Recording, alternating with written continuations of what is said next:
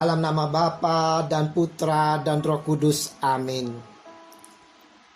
Selamat pagi saudara-saudaraku sekalian yang dikasihi Kristus.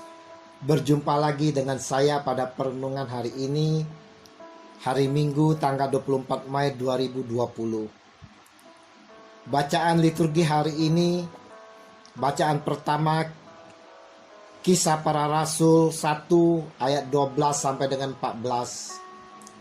Bacaan kedua 1 Petrus 4 ayat 13 sampai dengan 16.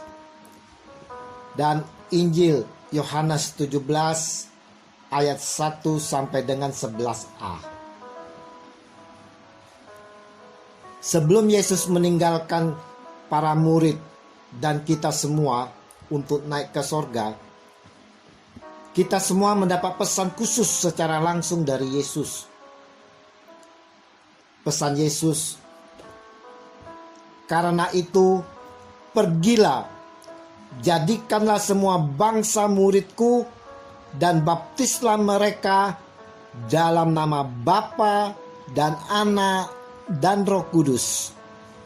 Matius 28 ayat 19. Saat mendapat pesan ini, tentunya hati para rasul saat itu gundah gulana. Kenapa? Karena situasi politik saat itu ada rasa takut, risau, gelisah. Bagaimana dengan diri kita? Kita yang saat ini adalah minoritas dan perpolitikan yang kita rasakan pun hampir sama dengan para rasul. Bagaimana kita meresponi perintah Yesus ini? Saudara-saudaraku yang terkasih dalam kasih Yesus Kristus, kalau kita lihat para rasul meresponi perintah Yesus dengan bersama-sama berkumpul menjadi satu di suatu ruangan. Mereka semua bertekun dengan sehati dalam doa bersama-sama dengan beberapa perempuan serta Maria ibu Yesus dan dengan saudara-saudara Yesus. Kisah Para Rasul 1 ayat 14. Mereka menyadari akan ketidakmampuan mereka. Maka mereka sehati sejiwa bertekun dalam doa sambil menantikan janji Yesus, yaitu penolong, roh kebenaran. Dialah Roh Kudus itu. Apakah kita juga menantikan sehati bertekun dalam doa?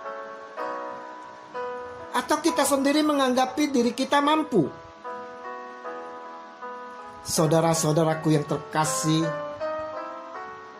Yesus mengasihi kita semua yang percaya padanya dan selalu setia dan taat memegang firman-Nya serta melakukannya.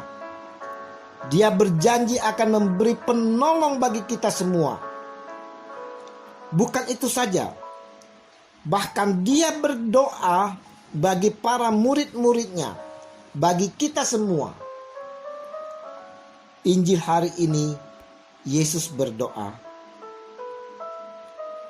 "Aku berdoa untuk mereka.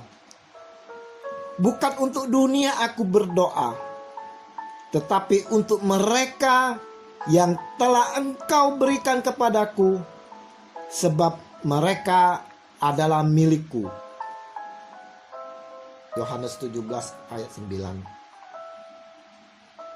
Dalam doa ini, Yesus memohon agar murid-muridnya senantiasa terpelihara dalam nama Allah.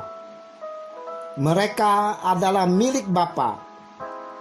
Mereka telah diperlengkapi dengan iman hidup kekal. Mereka akan turut menyatakan iman mereka bagi dunia. Tetapi godaan dunia sangat mungkin memecah belah mereka. Itu sebabnya Yesus berdoa secara khusus bagi murid-muridnya, juga bagi kita semua, agar kita semua senantiasa menjadi satu. Kesatuan yang Yesus kehendaki adalah agar kita semua, murid-murid memiliki ketaatan pada firman Tuhan dan memberitakan hidup kekal itu. Dengan demikianlah mereka para murid memuliakan Allah Bapa dan Yesus Kristus. Saudara-saudaraku yang terkasih, Injil hari ini mau mengingatkan kepada kita semua agar kita senantiasa sehati sejiwa berdoa. Tuhan akan menjawab setiap doa orang percaya. Kita harus menunjukkan keyakinan kepada Tuhan bahwa hanya Tuhan yang dapat menolong kita. Kehidupan orang beriman yang hidup dalam doa tidak akan pernah merasa lelah dan putus asa. Tuhan selalu menempatkan gereja di dunia mempunyai panggilan untuk mewartakan keselamatan itu. Gereja tidak boleh terpecah belah, tidak boleh terpecah-pecah, sehingga tugas utamanya terbengkalai. Tidak sedikit gereja yang ngawur, tidak lagi melaksanakan tugas utamanya. Yang dilakukan justru konflik yang tak berkesudahan di dalamnya. Mereka terpecah-pecah, tidak lagi menjadi satu. Gereja demikian harus senantiasa didoakan. Dan Tuhan Yesus telah berdoa terlebih dahulu. Jangan sakit hati jika dikatakan gereja yang terpecah-pecah dan lalai dalam tugas utamanya adalah gereja yang tidak mentaati firman Tuhan. Saudara-saudaraku yang terkasih, marilah dalam penantian akan janji Tuhan Yesus kepada kita, kita mau bertekun di dalam doa bersama dengan beralaskan persaudaraan kasih, kesiapan hati, dan pengharapan akan kebaikan Tuhan.